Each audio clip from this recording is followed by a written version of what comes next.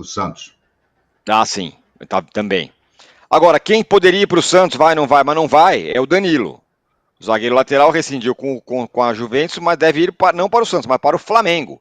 O Lucas Musetti contou hoje aqui no UOL que o Danilo frustrou o Santos quando escolheu o Flamengo, depois de ter inclusive conversado com o Pedro Caixinha e tal.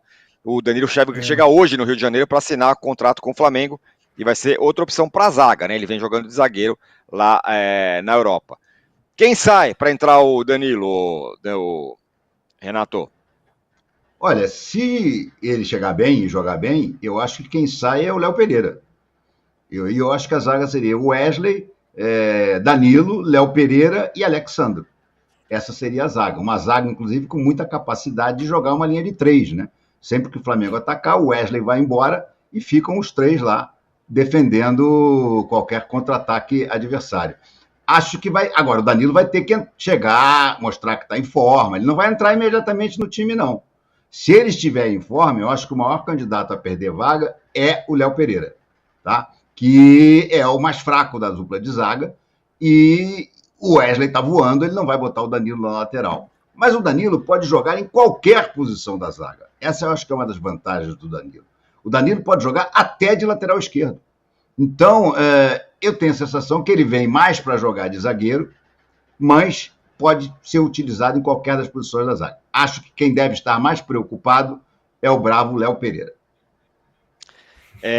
O Arnaldo, o Flamengo também está... Aliás, Renato, posso falar com você mesmo, o Flamengo está insistindo com o Jorginho, está tentando aliviar a sua folha de salarial também, o outro do Karabakh já chegou, né? O Juninho, já jogou até, e tem essa história do Jorginho ainda, mas está tratado ainda com cautela. O Jorginho, o problema é que ele ganha uma barbaridade, né? Se o Jorginho vier, ele será o maior salário do elenco do Flamengo. Ele está querendo ganhar qualquer coisa em torno de 2 milhões. Ele começou pedindo mais do que 2 milhões. Parece que nas últimas conversas, Flamengo e Jorginho meio que bateram o martelo em torno de 2 milhões.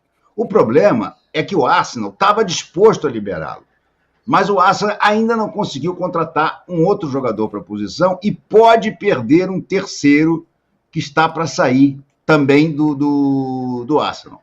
Então, o Arsenal está disputando tudo, gente. O Arsenal está disputando o título da Premier League, está disputando a Liga dos Campeões. O Arsenal é um time forte na temporada. Se ele perder, de fato, esse outro jogador, que eu já vou dizer daqui a pouquinho para vocês quem ele talvez não libere o Jorginho. Se ele liberar o Jorginho, se ele conseguir, ao contrário, contratar o que está querendo, ele libera o Jorginho. E aí o Flamengo e o Jorginho têm mais ou menos um acordo em torno de 2 milhões. Mas lá na Gávea, uma boa fonte já me disse o seguinte: Jorginho é mais para a janela anterior ao Super Mundial. Até lá, a gente acha que consegue resolver e o próprio Arsenal concorda em liberar. Antes disso, talvez seja difícil. Quem é o jogador? Pois é, deixa eu procurar aqui, né, cara? De bet pronto assim não dá, né? Desculpa. É que a gente fica numa realidade aqui, quem manda é a Liga Europeia, a janela europeia, em todos esses negócios.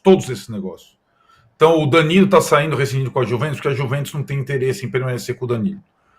A janela europeia fecha nessa semana. É exatamente o que o Renato está falando. Se as movimentações do Arsenal na janela forem suficientes para o Arsenal entender que o Jorginho é gordura, o Arsenal libera o Jorginho. Está no meio da temporada. Se o Jorginho ainda for interessante para o Arsenal nos próximos 6 meses, não libera o Jorginho. É aquela coisa do Palmeiras com o Andreas Pereira. Não vai mandar aqui o Palmeiras, quem vai mandar é o Fulham. Não vai mandar o Flamengo, que vai mandar o Arsenal. Não vai mandar o Flamengo, que vai mandar a Juventus.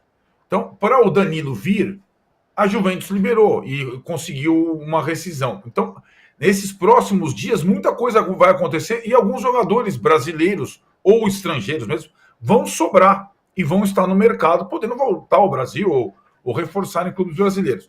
Então tem que esperar um pouquinho esses dias até o final dessa semana, quando fecha a janela europeia. A nossa fica aberta até o final de fevereiro.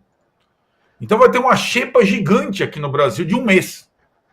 Né? E o Jorginho pode entrar nessa e outros podem entrar nessa.